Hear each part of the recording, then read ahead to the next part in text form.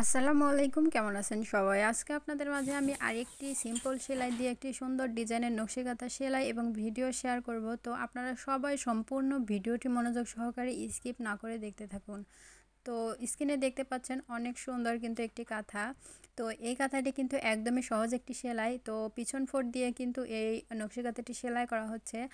আর এই সেলাইটা কিন্তু একদমই সহজ একটি সেলাই। এর আগেও কিন্তু আমি অনেকবার আমার ভিডিওতে দেখিয়েছিলাম যে এই সেলাইটা কিভাবে করতে হয়। তো ভাবলাম আজকেও আপনাদের মাঝে আমি এই সেলাইটা ভিডিও শেয়ার করি। তো আমাদের বাসার পাশেই একজন একদমই ছোট, তো ও সবেমাত্র নতুন অবস্থায় সেলাই করছে। তো আসলে যতটুকু সেলাই করছে দেখতে কিন্তু মাশাআল্লাহ অনেক সুন্দর লাগছে।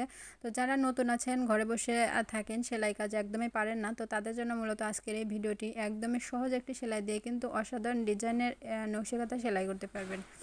তো আপনাদের মাঝে অবশ্যই আমি আরেকটি রিকোয়েস্ট করব, যারা এখন পর্যন্ত আমার এই ছোট্ট চ্যানেলটি সাবস্ক্রাইব করেন নাই, দয়া করে আমার এই ছোট্ট চ্যানেলটি সাবস্ক্রাইব করে প্রতিদিন নিত্য নতুন ডিজাইনের নকশি কাঁথা সেলাই আপনারা শিখতে থাকুন। তো যাই হোক, এই কাঁথাটি কিন্তু একদমই বড় সাইজের একটি কাঁথা। এটা কিন্তু মেজেন্টা কালার কাপড়ের উপরে কিন্তু লিমন কালার সুতা দিয়ে করা হচ্ছে। আর এই যে স্ক্রিনে দেখতে পাচ্ছেন কিভাবে সেলাইটা করা হচ্ছে, একদমই সহজ কিন্তু এই সেলাইটা। এক একজন কিন্তু এটাকে পিছন ফোর বলে, আবার এক একজন গায়ে গায়ে ফোরও বলে। তো জায়গা ভেদে কিন্তু এক এক নামে এই সেলাইটা পরিচিত।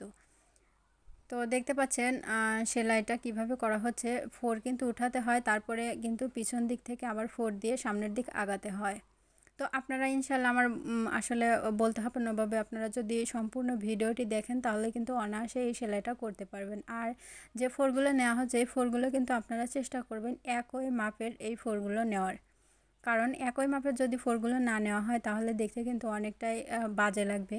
কারণ প্রত্যেকটা ফোর যদি একই মাপের সেলাই হয় দেখতেও কিন্তু অনেক সুন্দর লাগে। তো দেখতে পাচ্ছেন সেলাইটা করা হচ্ছে। আর এটা কিন্তু 4 তার করে সুতা নেওয়া হয়েছে, মানে 4টা লেয়ার দিয়ে কিন্তু 4 তার করে তারপরে সেলাইটা করা হচ্ছে। তো দেখতে পাচ্ছেন কতটা সুন্দর হয়েছে। বেশি কিন্তু সেলাই করা হয় নাই, অল্প একটু 3 ভাগের 1 ভাগ হয়তো সেলাই করা হয়েছে। তো এটা কিন্তু লিমন কালার কাপড়, লিমন কালার সুতা দিয়ে কিন্তু করা হয়েছে। আপনার যে সেলাই মেশিনের যে সুতাগুলো আছে সেই সুতাগুলো দিয়ে কিন্তু এই নকশি কাঁথাটি সেলাই করা হয়েছে। তো আপনারা চাইলে যে কোনো কালারের কাপড়ের উপরে যে কোনো কালারের সুতা দিয়ে কিন্তু এই সুন্দর ডিজাইনের নকশি কাঁথাটি আপনারাও সেলাই করতে পারবেন। আর এই কাঁথাটি কিন্তু 7.5 গজ কাপড়ের উপরে করা হয়েছে। আপনারা চাইলে এর চেয়ে বেশি এবং কমও করেও নিতে পারবেন, কিংবা বাচ্চাদের জন্য কিন্তু এরকম সুন্দর ডিজাইনের নকশি কাঁথা করতে পারবেন। আর এই কাঁথার ডিজাইনটা কিন্তু ডাইস দিয়ে ছাপানো হয়েছে। আপনারা চাইলে যারা আর্ট করতে পারেন সুন্দর সুন্দর ডিজাইনের, তারা কিন্তু সুন্দর সুন্দর ডিজাইন করে এরকম নকশি কাঁথা সেলাই করতে পারেন।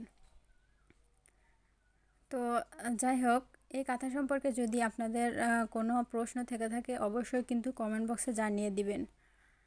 আর এই কাঁথাটি কিন্তু 4 পোরল দিয়ে জোড়া হয়েছে। আপনারা চাইলে 3 পোরল দিয়েও কিন্তু জুড়তে পারেন, কারণ এক একজন পাতলা পছন্দ করে এবং এক একজন মোটা পছন্দ করে। তো আমি বলবো হালকা শীতের মধ্যে এরকম সুন্দর ডিজাইনের নকশি কাঁথা আপনারাও ঘরে বসে সেলাই করে এটা ব্যবহার করতে পারবেন।